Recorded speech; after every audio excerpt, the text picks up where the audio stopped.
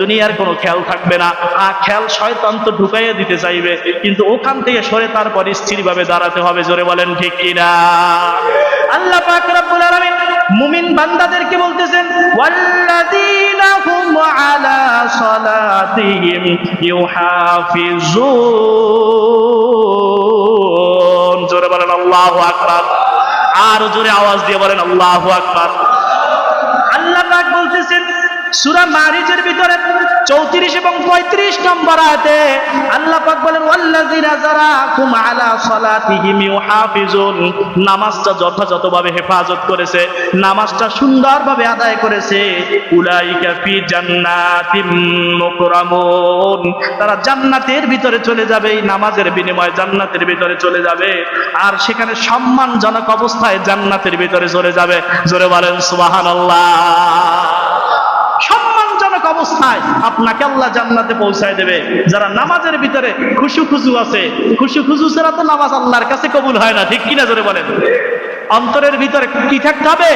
আল্লাহর ভয়, খুশু আর খুজু, খুশু আর খুশু। দৃঢ় স্থিতি। আল্লাহ পাক বাহিকও একটা দিক আছে, ভিতরগত একটা দিক আছে, ঠিক কিনা? জোরে বলেন। এজন্য দৃঢ় স্থিরতার সাথে আল্লাহকে ভয় করে ওইভাবে নামাজ পড়তে হবে।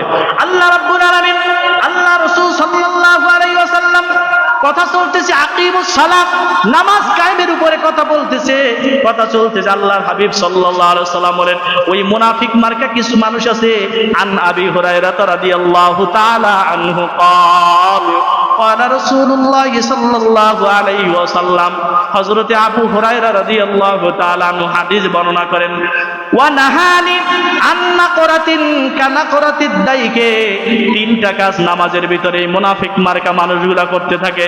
প্রথম নাম্বার কাজ হলো নামাজে এদিক সেদিক তাকাইতে থাকে, এরকম চোখ এক জায়গায় রাখে না, অথচ নামাজে যখন দাঁড়ায় চোখটা সিজদার দিকে থাকা দরকার, ঠিক কিনা? এদিক সেদিক তাকায়, কি এদিক সেদিক? মোরকের মতো এদিক সেদিক থেকে, মোরকের মতো ঠোকর মেরো না। আল্লাহর হাবিব সাল্লাল্লাহু আলাইহি ওয়াসাল্লাম বলছে, নামাজে মোরকের মতো ঠোকর মেরো না।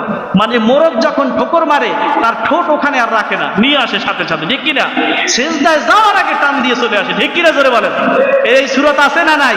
রুকুতে যায়, সোজা হতে পারে না, রুকু থেকে অর্ধেক সোজা হয়ে আবার সিজদায় চলে যায়, আছে না নাই? তার নামাজ হবে না বাপ? কথা বলেন না, নামাজ হবে না? হবে না? হবে না। কেন? দাঁড়ানোর পরে রুকু থেকে উঠে সোজা হয়ে দাঁড়ানো ওয়াজিব, ঠিক কিনা? জোরে বলেন। এই ওয়াজিব তরকে তার নামাজ হবে না। এজন্যই যারা ওই রকম সিজদা করে, দেখেন কি বলতেছেন আল্লাহ। হযরতে কাতাদার হাদিস, হযরতে কাতাদা রাদিয়াল্লাহু তাআলা আনহু বলেন, আন্না রাসূলুল্লাহ সাল্লাল্লাহু আলাইহি ওয়াসাল্লাম, আল্লাহর নবী বিশ্ব নবী সাল্লাল্লাহু আলাইহি ওয়াসাল্লাম